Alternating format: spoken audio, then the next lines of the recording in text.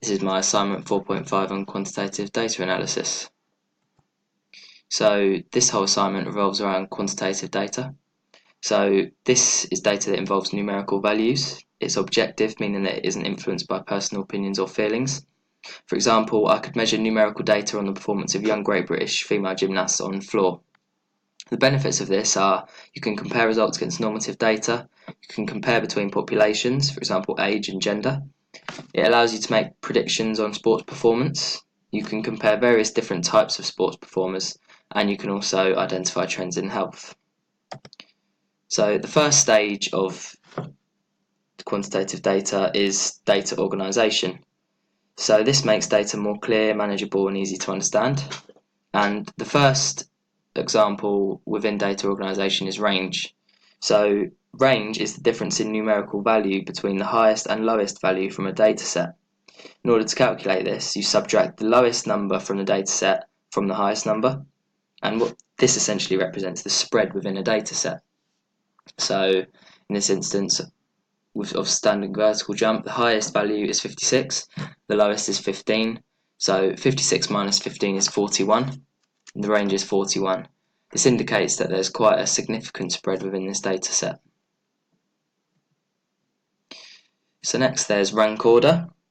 This is when data is placed in a single column in order from the lowest to the highest values, and it's only used if there's 20 or less values in the data set.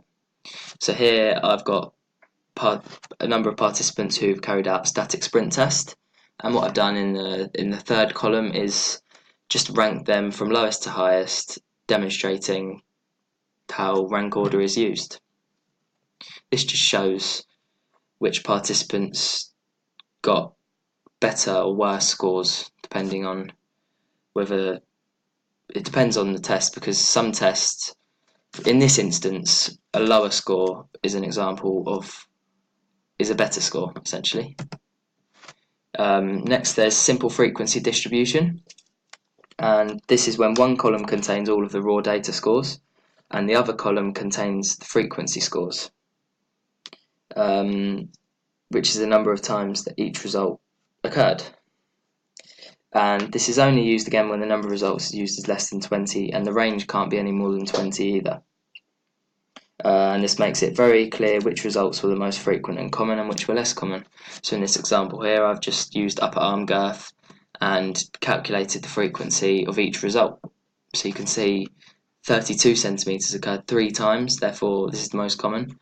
There were a number of results that only occurred once, so it was quite a spread really. There wasn't so many results that were extremely common. And there's also a cumulative frequency here, which can also be used, and this is just essentially counting all the values, frequency values, going down the table basically. Next there's grouped frequency distribution. This is similar to simple frequency distribution, however this time there's one column which has groups of raw data scores rather than individual scores, and it's used if the amount of raw data is less than 20, and again the range is no more than 20. And the other group has frequency scores. So essentially in this example I've shown how I've calculated the group intervals. So it's calculated by range divided by the number of results. So firstly I've calculated the range here by doing highest value subtract lowest value, which is equal to 0.75, so that's the range, and there's 13 results displayed here. So I've done 0.75 divided by 13. I calculated 0.06 to 2 decimal places. So this is the group intervals I've used in my table. You can see that 1.95 to 2.01 is a 0.06 group interval. So here you can see that between 2.23 and 2.29 there are 5 scores, so this is the most frequent. This is the most frequent group in the data set. Now there's data presentation. So there are many ways data can be presented, such as scatter graphs, line graphs, column graphs, histograms. So firstly, scatter plots. This shows a correlation between 2 sets of data, and each dot represents individual pieces of data. And from this you can see how closely related the two variables are, and it can enable you to make predictions. So here I've used a scatter plot between chest throw and upper arm girth, and this shows a positive correlation because as upper arm girth increases, generally so does chest throw. However, it's quite a weak correlation because there's a very significant spread of values, so this isn't necessarily such a strong correlation, and it's probably not great to use to make a prediction because it's not very strong correlation really. And moving on, so onto a line graph. Now, line graphs are used to display change over a period of time. This is a series of data points connected by straight line segments. You can determine relationships between two sets of values, and it can also help to make predictions. So in this instance, in figure 2, I've compared the difference between fat percentage of biceps and triceps. So it can be shown, it's quite hard to analyse here because there's a lot of change really in the participants. Generally there is a higher fat on biceps, but there is quite a spread. Moving on, there's now bar charts. So within bar charts, horizontal columns illustrate numerical values, and this shows values that are categorized by two different contrasting characteristics, showing a comparison between two different data sets. And this shows a difference. So in this instance here, I've just compared static sprint with flying sprint. So there is quite a significant pattern here that flying sprint scores are much lower, and therefore the participants have got better scores with the flying sprint. So it could be predicted that due to starting from a higher speed, this has allowed them to do better in the flying sprint than in the static sprint. And there are also histograms. So histograms are used to plot the frequency of a data set, and it only shows continuous data. So in this example, the Stanford women hitting percentage by game in 2014 has been demonstrated.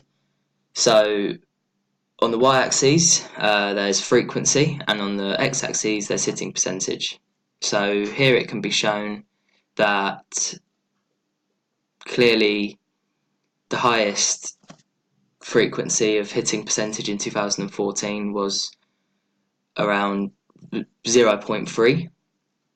So, and this kind of decreases from this point on both sides, gradually decreasing. So you can see 0.1 is a very low frequency, so it's not very common, but values such as 0.7 are also extremely low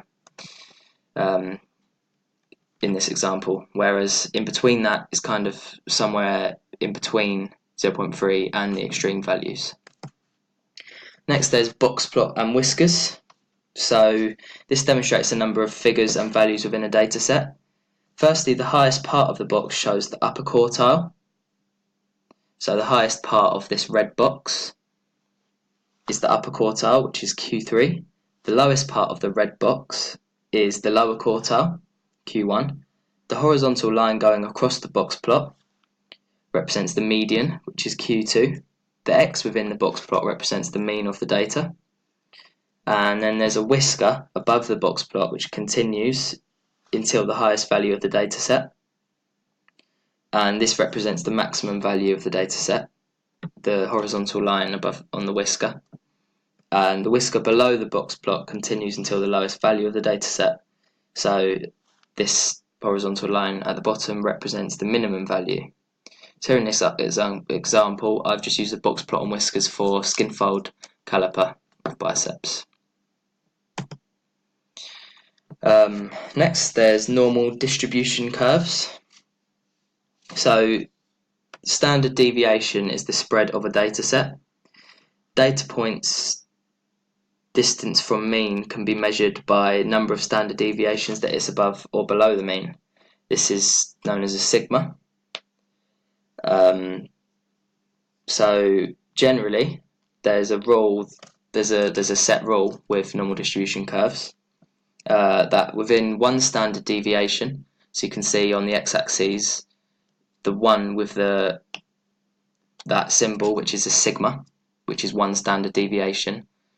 Generally, 68.3% of data falls within this. And then two standard deviations, 95.4% of data generally falls, and around 99.7% of data falls within three standard deviations of the mean. And data points beyond these standard deviations shows that there's a very significant value, that the value is very significantly above or below the average. And there are also outliers and skews, and skewed data. So outliers are data points that are different from the majority of the data set. They can be calculated by multiplying the interquartile range by 5, subtract this value from the lower quartile and add it to the upper quartile. So if you're using the lower quartile, you will subtract this value from it, but if you're using the upper quartile, you'll add it. And if any numbers in the data set are above or below these values, then they're classed as outliers. And what outliers can essentially lead to skewed data, which is when the distribution is not normal and this can affect the outcomes of the sample. So a positive skew, which is represented in this top graph on this slide. So this is when the tails point towards the higher end of the data, whereas a negative skew is the opposite, and it's when the tails point towards the lower end of a data set. Right, and stage 3 is data analysis.